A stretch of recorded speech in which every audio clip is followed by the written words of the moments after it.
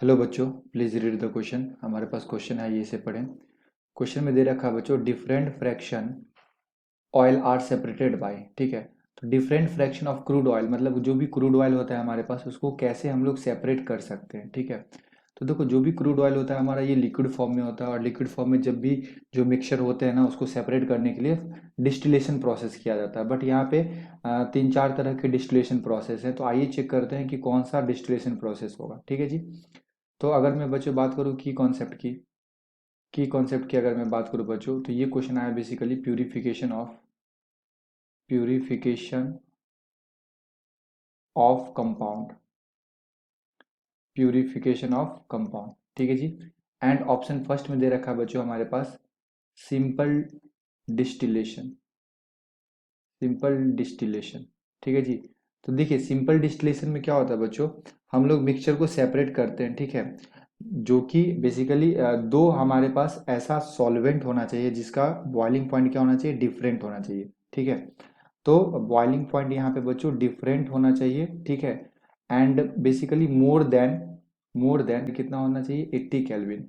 तो अगर 80 केल्विन से ज़्यादा डिफरेंस है बच्चों, तो यहाँ पे क्या हो जाएगा, ये हम लोग सिंपल डिस्टिलेशन कर लेंगे। सेकेंड में दे रखा है बच्चों fractional distillation.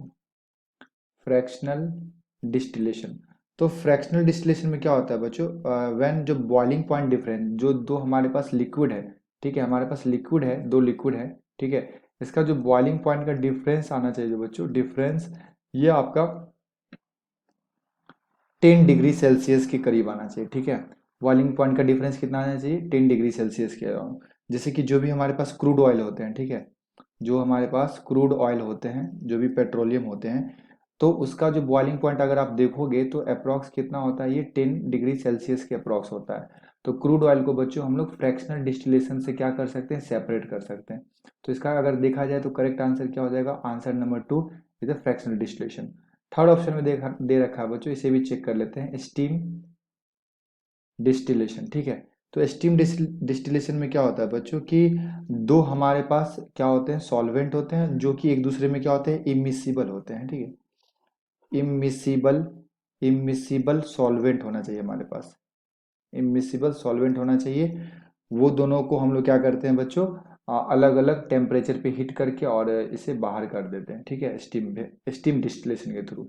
And the last one is, fourth number में दे रखा है बच्चों, वैक्यूम वैक्यूम डिस्टिलेशन। ठीक है, तो वैक्यूम डिस्टिलेशन में क्या होता है बच्चों, है ना, कि एक जो लिक्विड है हमारा वो हाईयर टेम्परेचर पे, एक लिक्विड को हाईयर टेम्परेचर पे बॉइल्ड किया जाता है ना, बॉइलिंग पॉइंट इसका सबसे ज़्यादा होता है।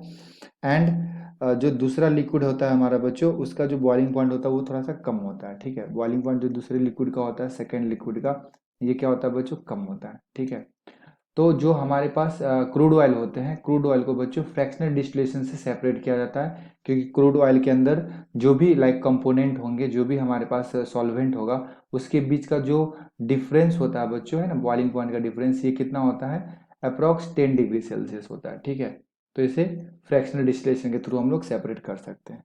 तो आई होप कि ये आपको समझ में आया हो बच्चों। मिलते हैं हम लोग अगले सॉल्यूशन में। Thank you.